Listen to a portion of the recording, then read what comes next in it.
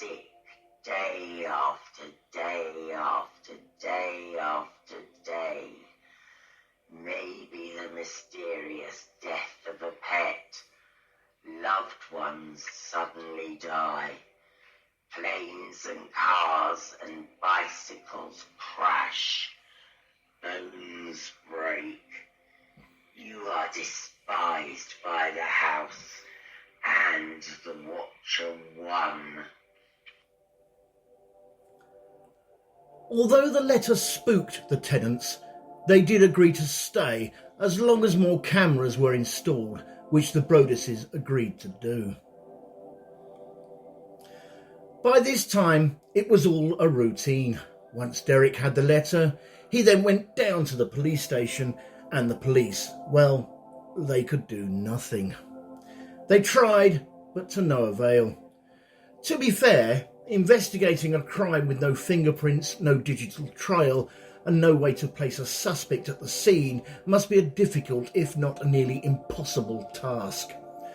Some locals thought that the Watcher was a character made up by the Broaddus family who used the letters as a way to get out of the financial troubles caused by the house, or to possibly secure a movie deal based on the story.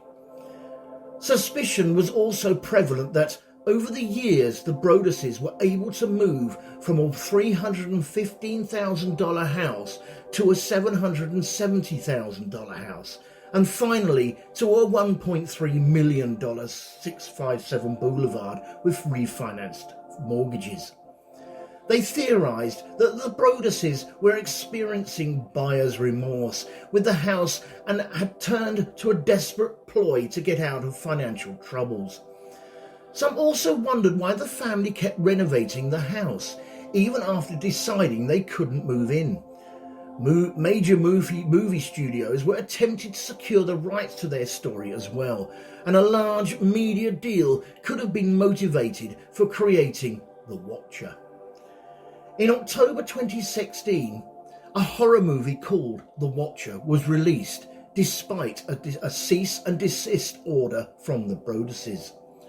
It was directed by Ryan Rothmayer, and starred Erin Cahill and Eddie Gathegi. It follows the story of a young couple who, after moving into a new home, find themselves being terrorised into leaving.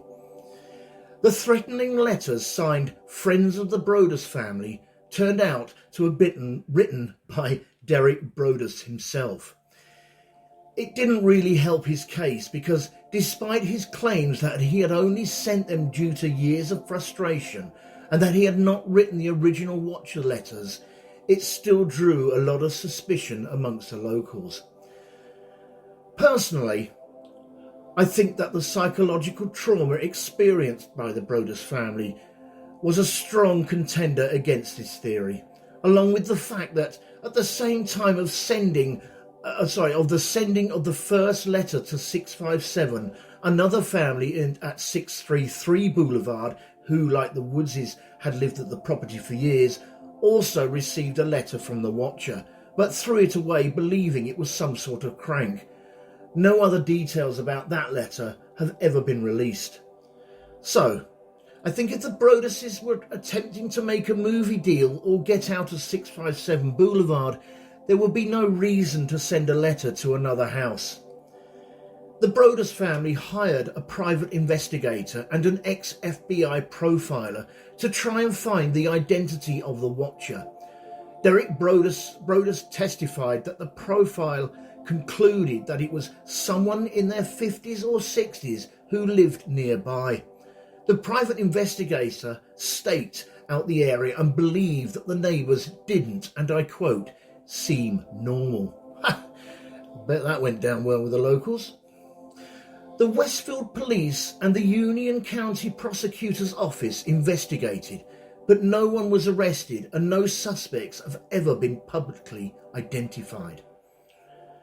Neither Westfield police officers who investigated the case for the Broaddus family nor the family's attorneys will make any more comments regarding 657 Boulevard. According to court documents, the Broaddus family originally bought the home for $1,355,657, and they then spent about $100,000 on renovations. They sold the property in early July 2019 for approximately $959,000.